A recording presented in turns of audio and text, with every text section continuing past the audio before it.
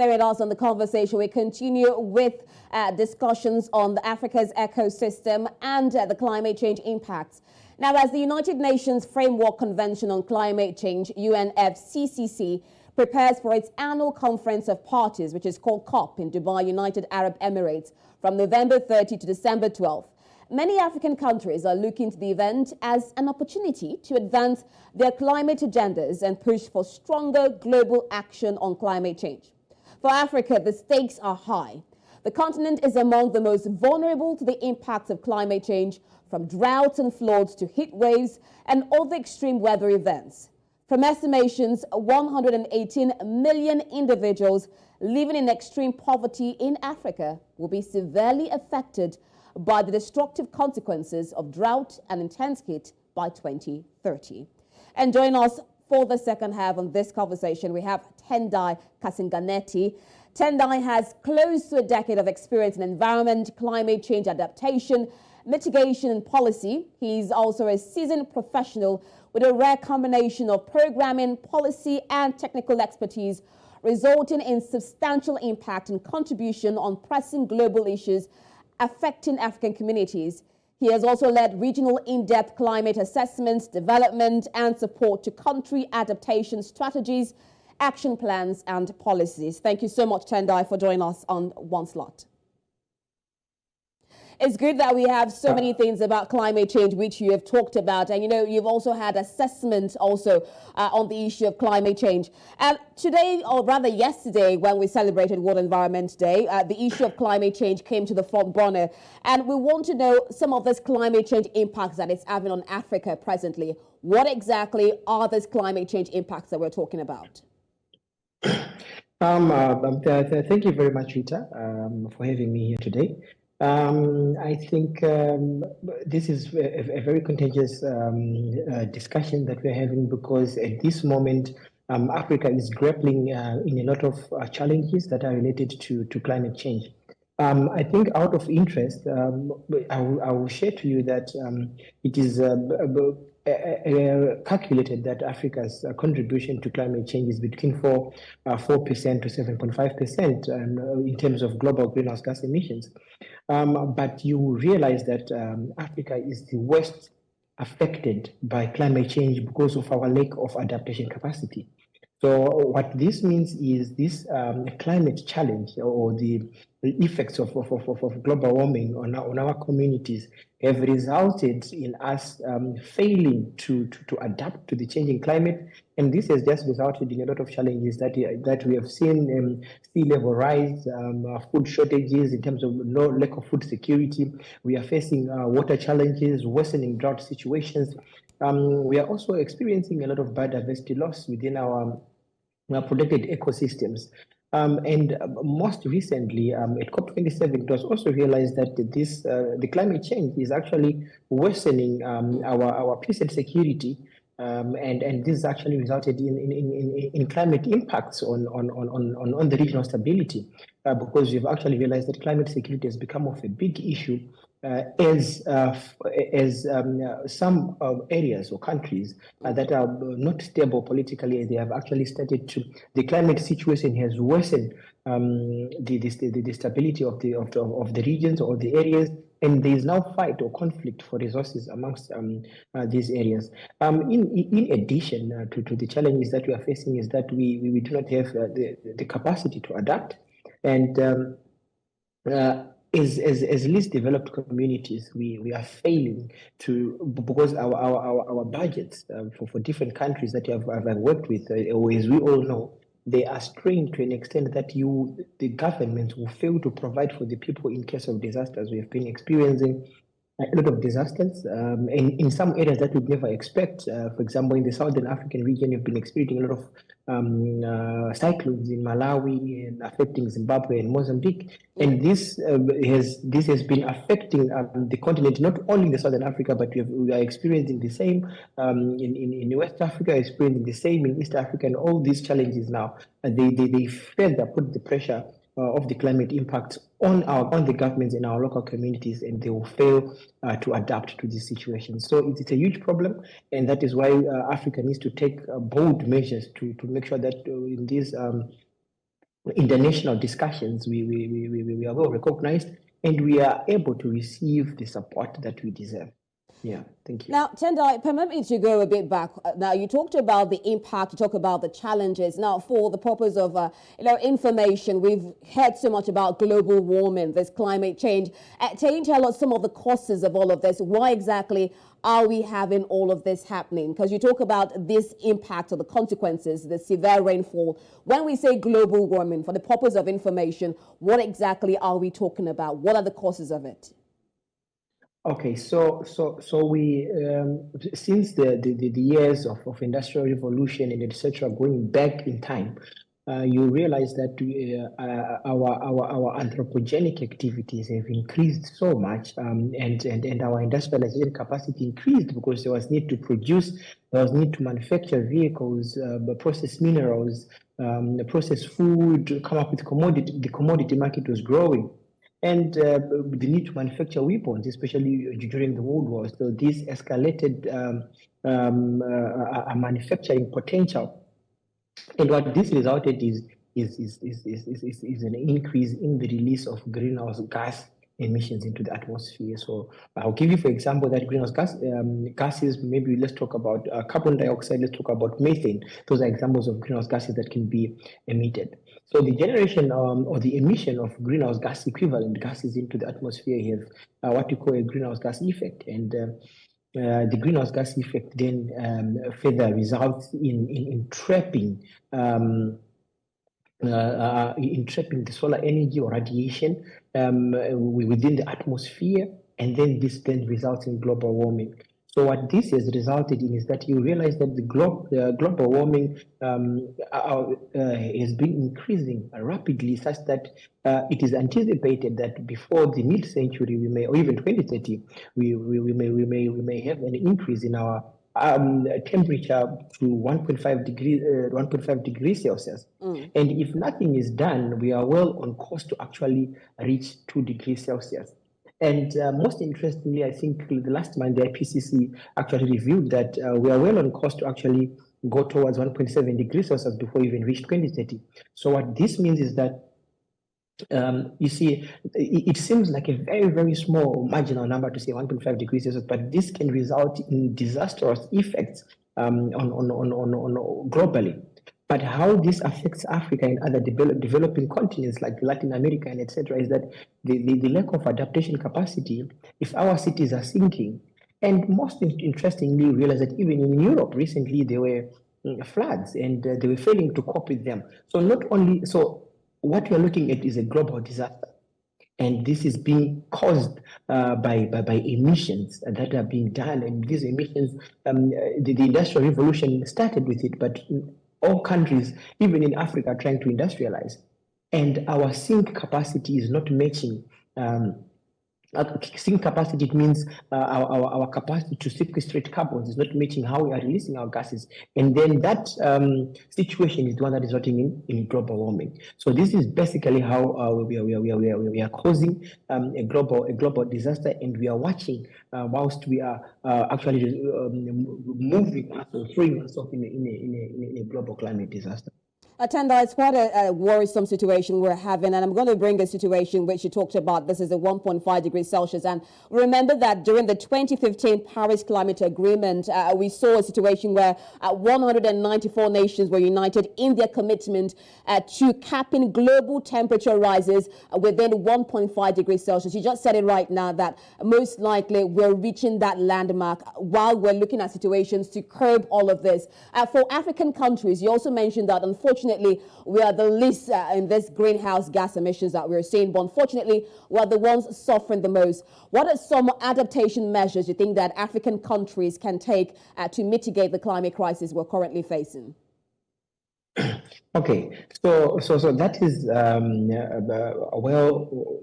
how we are struggling to beat the climate situation. But if you look at available adaptation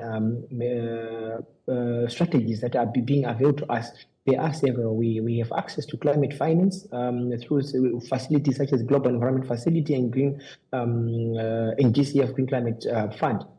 In addition to that, last year at COP27, we had a landmark achievement for Africa, and we're celebrating because we have at least managed to come up with loss and damage. Loss and damage would definitely help us to adapt to climate change and to have the capacity to react to our challenges in access to water, in access to water resources, and be able to actually recover from infrastructure damage from within our roads, within our important telecommunication or communication systems, amongst other issues. So a loss and damage fund implementation can help to restore our infrastructure, our biodiversity and ecosystem, so that we can still maintain a sink capacity, and a capacity, and our livelihoods can still be intact. In addition to that, most interesting is that we have the Paris Agreement with Article 6 implementation.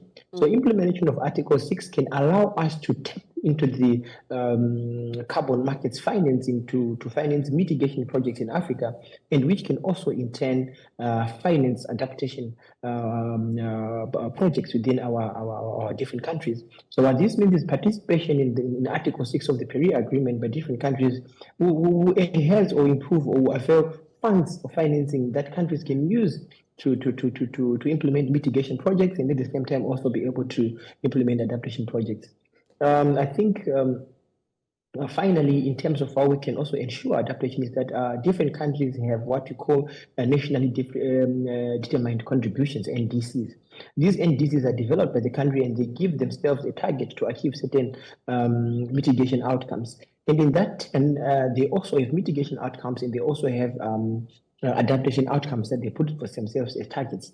And these NDCs can also help propel adaptation in Africa. And there is need for countries to work together for us to be able to achieve our NDCs, and at the same time reach adaptation, to share knowledge, to share technologies, to share resources, even to share policies and plans, because this is what is lacking. If you look, for example, countries like Ghana, they are well advanced in implementing, in accessing loss and damage. They are advanced in accessing carbon finance, and sharing now with neighboring countries, and even Southern African countries, can also be able to tap into that can improve or enhance to improve resilience in our adaptation to climate change. Now, Tendai, you talk about regional cooperation. I'm going to bring it also to the outside world, because they are also responsible for most of this gas emissions we're seeing. You also talked about climate financing. How have they been able to, meet up with this climate finance that they have promised over the years? It's not the first time COP27 from COP21 have been having most of this global world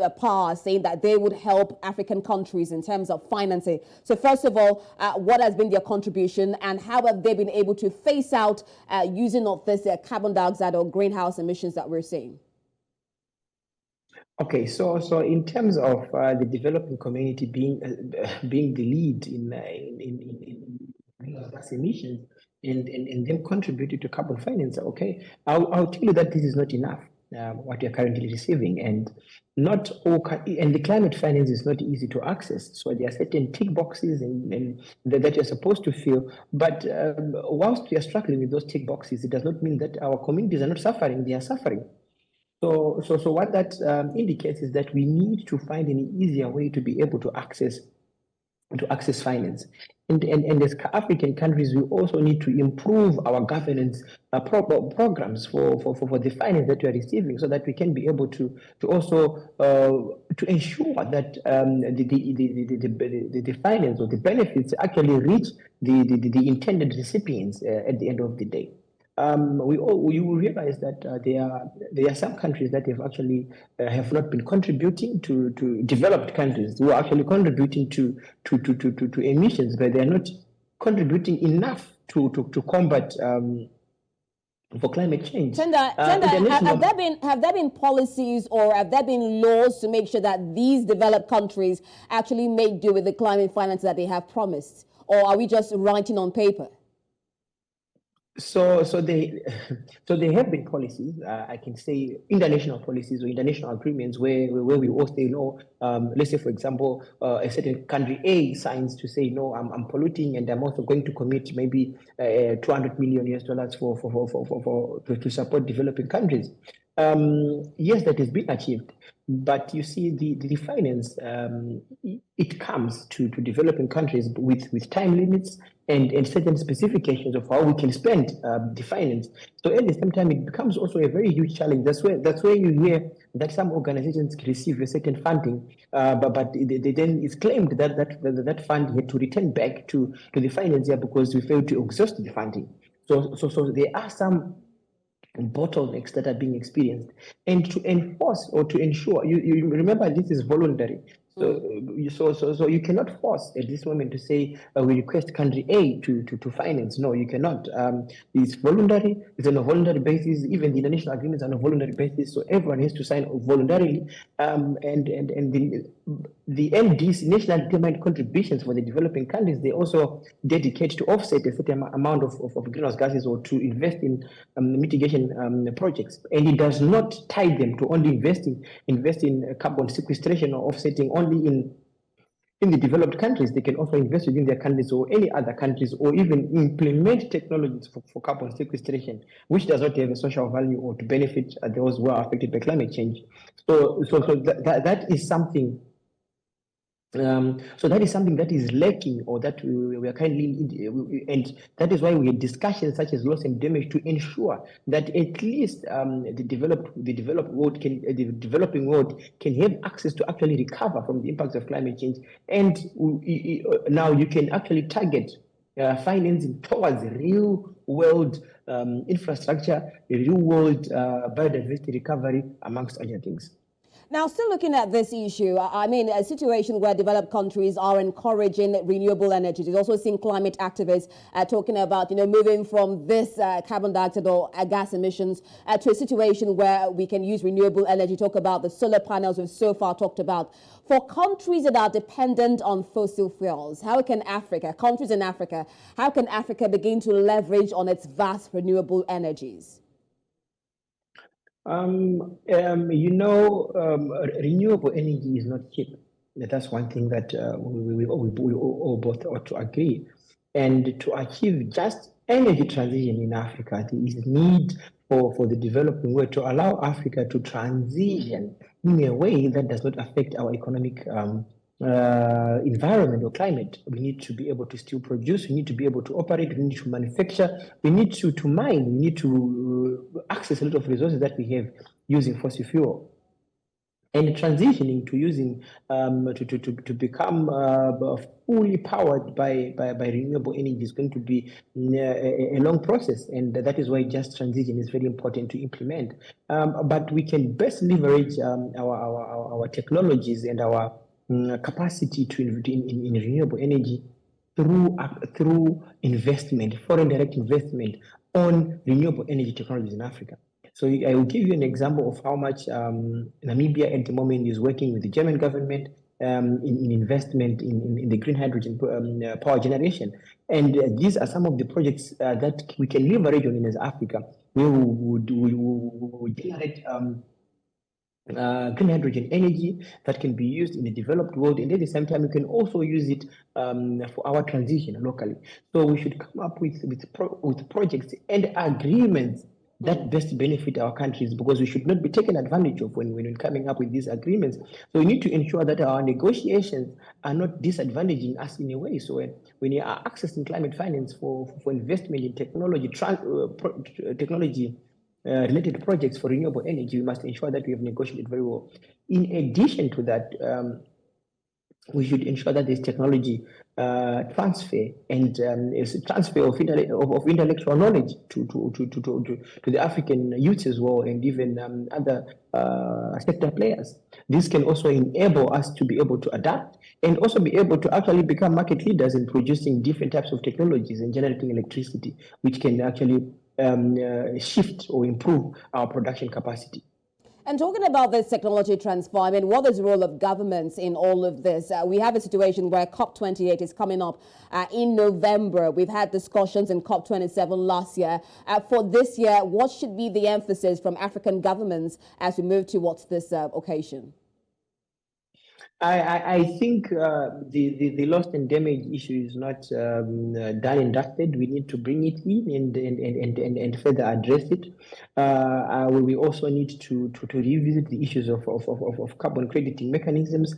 They need to be looked at, and they should be reinforced during the discussions. For Africa, especially, climate security has become a big thing. We are grappling with that situation where communities are even fighting amongst themselves for water resources, for access to pastures and things like that. Even some regions that has been unstable for a while, and maybe during a certain period until now they've been stable, they are starting again to be fighting because of the lack of resources, or there's too much pressure on resources.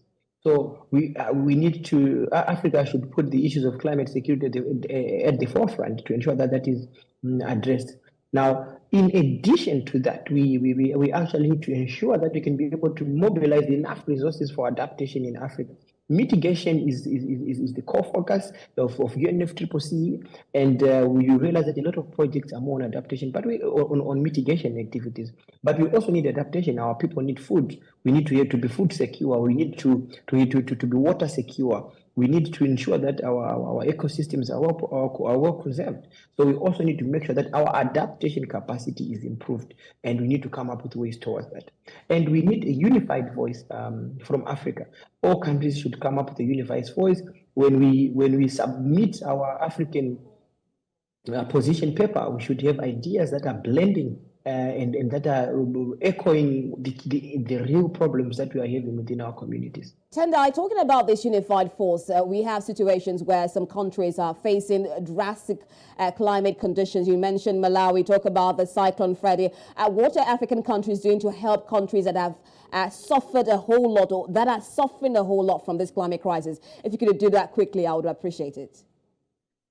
Okay, so you see, African countries also have got a capacity to help our counterparts. We cannot wait for European country or Asian country to come and help our neighbors when they're in challenges. And I was excited, and I saw, I think it was last week, and I saw Zimbabwe also contributing, and the Zimbabwean president in Malawi still giving support to the flood victims in Malawi. So we can be able to support each other. That's with in terms of financial resources, even in terms of technical capacity. When Cyclone Idai affected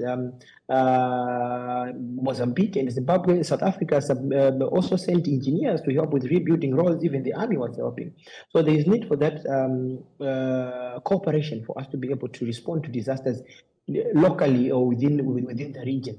And this can be achieved also through a regional body that can ensure and coordinate disaster management. And this should be enforced, or it should be prioritized, because we are going to receive more and more disasters. They need to be ready for them. So early warning systems should be prioritized. Yeah, thank you. Thank you so much. Regional cooperation is key if we want to bring Africa back on the trail and mitigate the issues affecting climate crisis on the continent. Thank you so much for joining us on this conversation. We'll definitely continue talks about how to mitigate the climate crisis and safeguard the African continent. Thank you so much for joining us on One Slot.